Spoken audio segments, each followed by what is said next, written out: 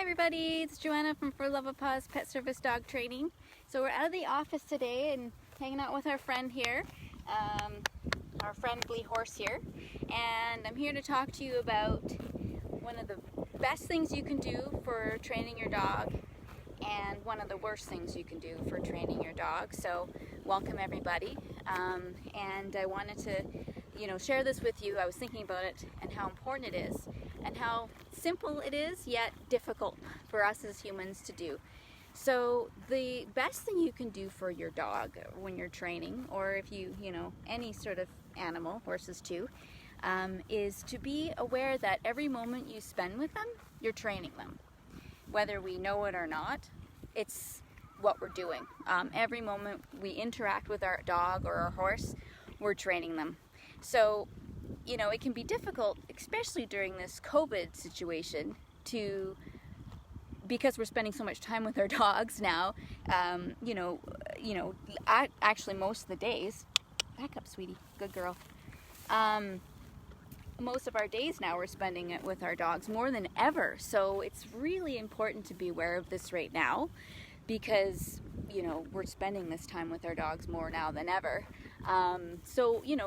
Just be aware of that, because one of the worst things you can do is not be aware that every moment you're spending with your dog, you're training it. Because that's just, just not having that awareness, you could be making a lot of mistakes with your dog without even realizing it. So what I mean by that is, you're at home with your dog, you decide, okay, it's okay for my dog to jump up on me because, it doesn't bother me too much. Yet, when it jumps up on your children or the little kids in the family or your grandma, it's not okay. So those are two situations that are confusing to your dog, right? One situation, you can see how it would be confusing, because in one situation, it's okay, and in another situation, it's not okay to jump up. So we need to really be aware of that, because we're setting our dog up for failure, really. If we say to them in one situation, you're allowed to do this behavior, but in another, you're not.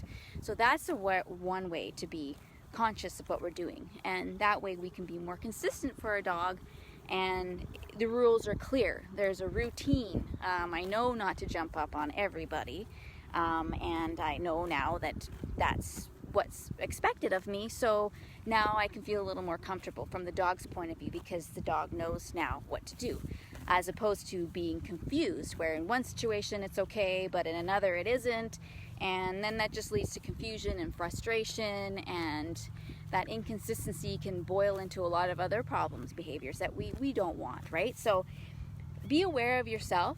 Be aware that in every moment you're interacting with your dog, you're training it. So this, in a way, when I think about horseback riding, for you that don't know, I horseback ride as well.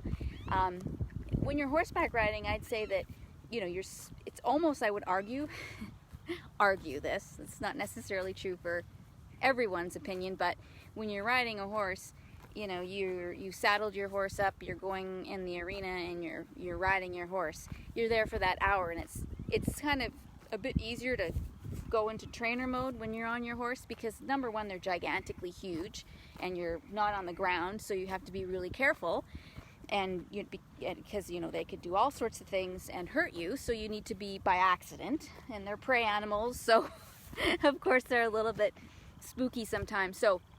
But I find if I'm on a horse, I can sort of switch into trainer mode quite quickly, and then when I'm done, I'm off the clock when I'm out of the saddle. But with my dog, it's almost trickier. Everyone, you guys know for those of you who don't know, Bear, my dog Bear, 14 years old, came to me at 5 months, reactive to people and pinned people up against the wall and growled at me and all this stuff when I adopted him when he was 5 months old. And this was before I had my training of my own, right? My own personal professional training. So, and we had to, work together and work through those issues. And now he's far better. He's much more comfortable in situations. And basically, the long and the short of it is that, for me, when I'm at home with my dog, it's a bit harder to be consistent, I think, because I'm not always in trainer mode. I'm in relax mode, and I'm in vegetation mode in front of the TV, and it's more difficult. So it's important to just remember,